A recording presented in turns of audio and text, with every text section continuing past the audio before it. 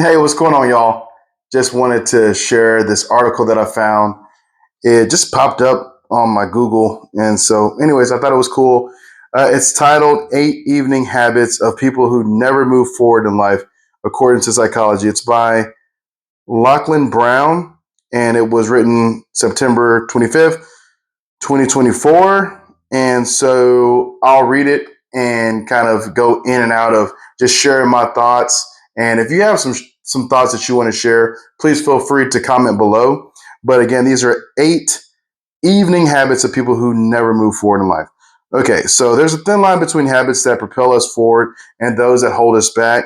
It comes down to routine. The habits we build, especially those we cultivate at the end of the day, can either make or break our progress. Psychology tells us that certain evening habits can determine our advancement in life.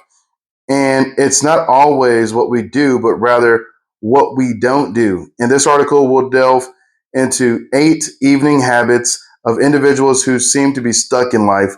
Don't worry, there's no finger pointing here, just some insights to help you reevaluate your nightly routine. And I think that's cool because, we probably all can stand to do some adjusting. So, not coming down too hard on ourselves, but just being open and honest with ourselves and taking in knowledge outside of our everyday being is, I think, great, and not being too critical of some of what this article is looking to share. And by the way, this is on the personal branding blog.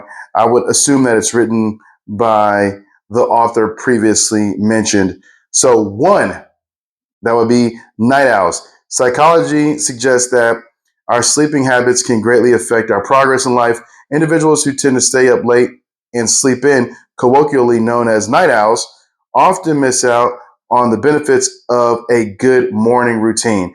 And I'll just pause right there because that's something that I've experienced personally when it comes to my experience with rideshare. I used to get up at 4 a.m.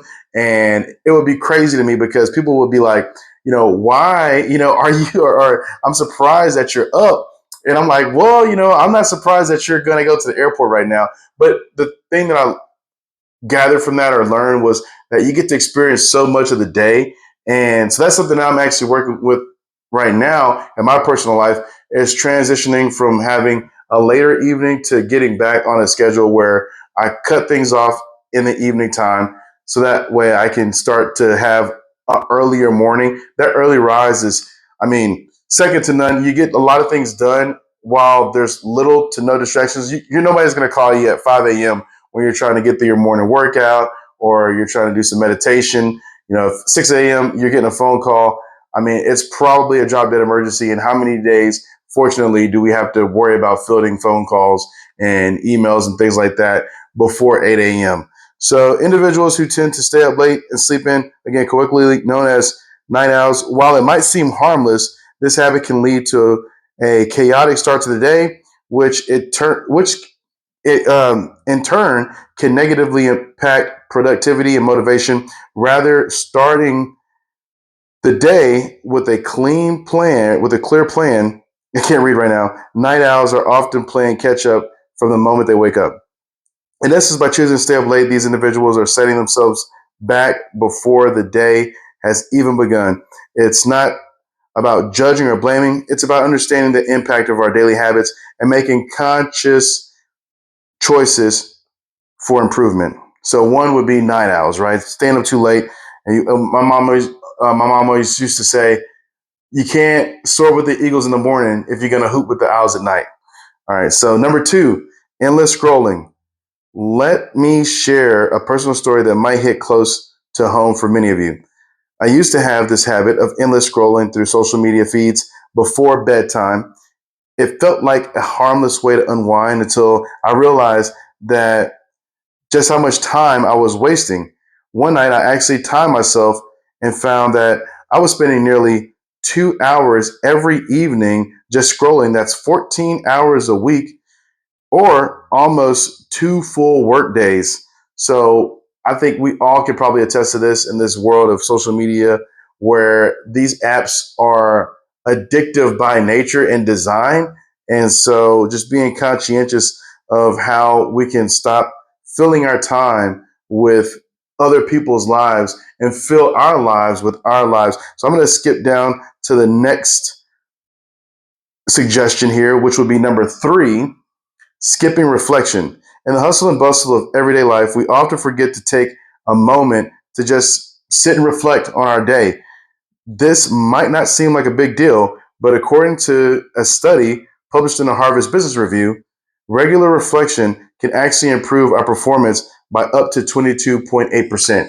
And I'm only assuming that metric is based on how you might think through your day and how you might be able to plan your future by reflecting on things that might have been a challenge in the past. So I would like to know a little bit more about how they came to, or what they mean by improved performance by up to 22.8%. But it makes sense that definitely taking in some time to kind of remember what you learned from the prior day and the experiences that you've had, and be able to kind of make some adjustments moving forward.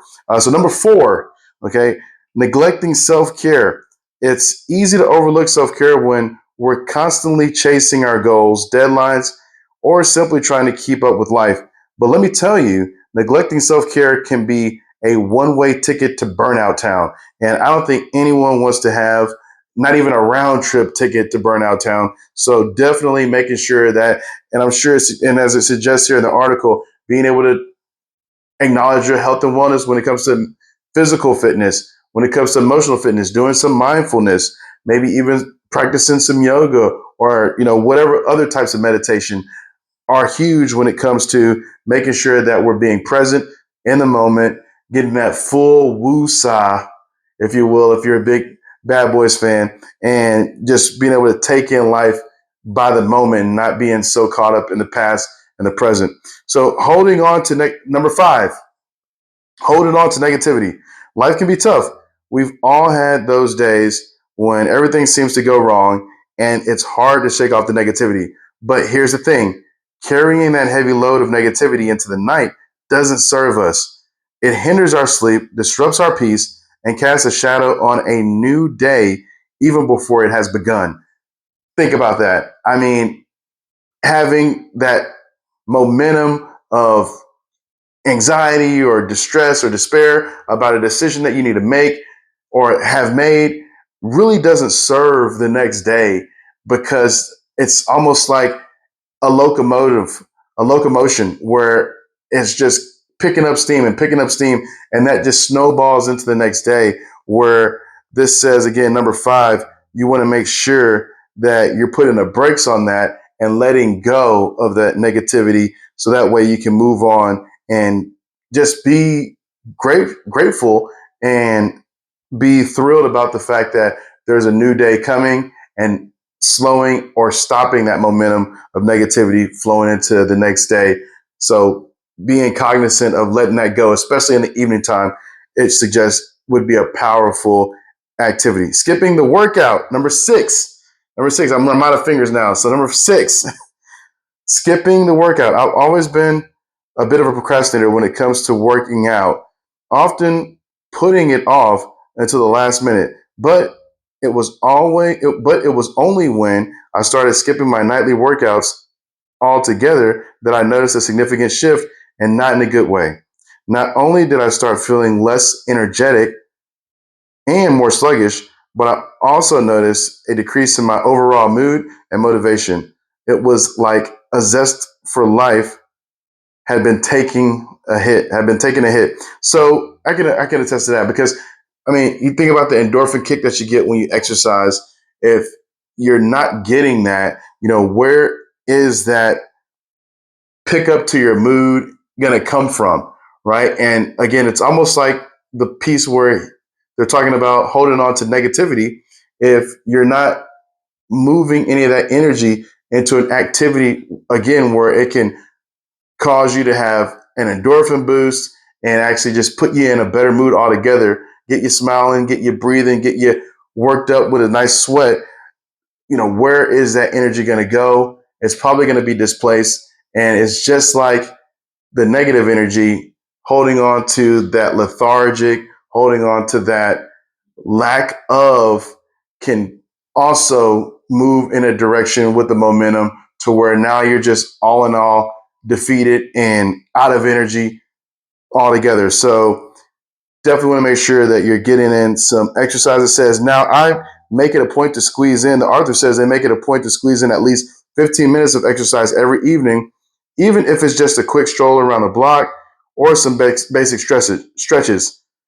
This is not this not only keeps me active, but also helps clear my mind and prepare for a good night's sleep. And trust me, the difference is night and day. How ironic. So again, being able to just do 15 minutes of exercise, I think science has proven, and you could even follow a guy like Tim Ferriss, where that's really about all you need. Now, getting more, of course, isn't going to hurt, but certainly just 15 minutes, we all have time to do that. I mean, heck, we're about to get to 15 minutes here in just a second. So let me wrap it up with number 7. Okay. Overworking. In today's fast paced world, it's so easy to fall into the trap of overworking. With technology blurring the lines between work and home, many of us find ourselves glued to our screens, answering emails and finishing up tasks late into the night. So I think overworking, certainly, if you're not partaking in any exercise or doing any reflection, certainly can be a huge one. If you're just steamrolling from hour to hour into the late evening with phone calls and emails or editing and things like that are very much work related, because I think this isn't saying that you shouldn't work in the evenings, but definitely taking a break and being able to implement some mindfulness, some health and wellness activities, moving your body for at least 15 minutes is huge. So remember, it's not about how many hours you work, but how effectively you use those hours. Great point. So last but not least, number 8, ignoring tomorrow. One of the most beneficial habits you can adopt is planning for the next day.